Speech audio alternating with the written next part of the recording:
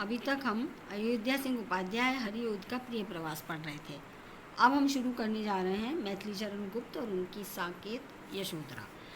तो पाठ पूरा पहले शुरू करने से पहले मैथिली चरण गुप्त का परिचय पढ़ते हैं। बाबू श्री मैथिली चरण गुप्त का जन्म 1943 में चिरगांव जिला झांसी में हुआ। अपने पिता का नाम सेठ रामचरण था। आपके पिता का नाम सेठ रामचरण था। सिया रामचरण गुप्त अपने कनिष्ठ भ्राता थे। आपके ऊपर अपने पिता के काव्य प्रेम, वैष्णव भाव, राष्ट्र अनुराग एवं उदात्त संस्कारों का काफ़ी प्रभाव पड़ा है। आपने घर पर ही बंगाली, मराठी और संस्कृत आदि भाषाओं का सम्यक ज्ञान अर्जित किया है। महावीर प्रसाद द्विवेदी के संपर्क में आने पर आपको काव्य सृजन की प्रेरणा मिली और उन्हीं की पत्रिका सरस्वती के माध्यम से आप प्रकाश में आए। आगरा विश्वविद्यालय ने आपको डी.लिट की मानद उपाधि प्रदान की। साकेत महाकाव्य पर आपको मंगला प्रसाद पारितोषिक भी प्राप्त हुआ।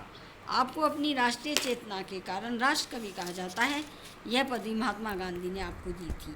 सन 1954 में भारत सरकार ने आपको पद्म भूषण की उपाधि से विभूषित किया। स्वतंत्रता के बाद आप 2 बार राज्यसभा के सदस्य भी मनोनीत किए गए।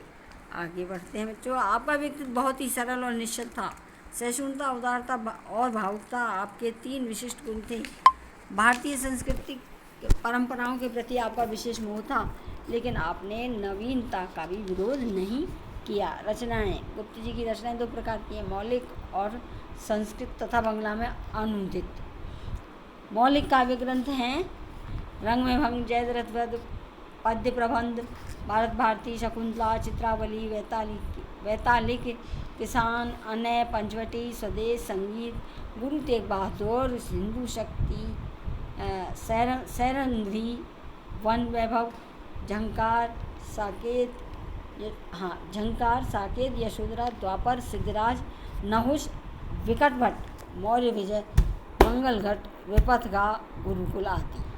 अब है आपकी बंगला से अनुदित पुस्तकें। विरहिणी, व्रजरांगना, वीरांगना, मेघनादवध, प्लासी का युद्ध। संस्कृत में अनुदित आपके ग्रंथ हैं महाकवि भास का स्वप्नवासल दत्ता, अनग, चंद्रहास और तिलोत्तमा गुप्त जी द्वारा रचित पद्य नाटक हैं। हिडिंबा, विष्णुप्रिया आपकी उत्तरकालीन रचनाएं हैं। आपने उमर खय्याम की रुबाइयों का भी हिंदी में अनुवाद किया है। आगे आता है काव्य चेतना। गुप्त जी ने काव्य सृजन की मूल प्रेरणा भारतीय संस्कृति के प्रति उनकी गहन आस्था रही। उन्होंने मानवीय मूल्यों एवं राष्ट्रीय समस्याओं को प्रभावपूर्ण वाणी दी। आपकी कृतियों में 6 मुख्य दिशाएं दिखलाई देती हैं: राष्ट्रीय, महाभारत संबंधिनी, रामचरित संबंधिनी, सिख तथा ऐतिहासिक घटना संबंधिनी, बौद्धकालीन और पौराणिक, जयद्रथ वध, बंक संहार, वन वैभव आदि, सैरंध्री, महाभारत की कुछ मार्मिक स्थलों के जीर्णोद्धार, द्वापर भी श्री कृष्ण लीला के विविध पात्रों की विचार विज्ञप्ति है। पंचवटी और साकेत रामचरित पर आश्रित हैं। अनग, यशोधरा और कुणाल गीत आदि बौद्ध साहित्य की विभूतियाँ हैं। गुरुकुल और तेग बहादुर सिखों के इतिहास से चयन किए गए हैं। सिद्धराज मध्यकालीन इतिहास का एक इतिवृत्त लेकर खड़े हुए हैं। चंद्रहास, तिलोत्तमा, शकुंतला, नहुष आदि पौराणिक कथाओं के चित्रित करते हैं।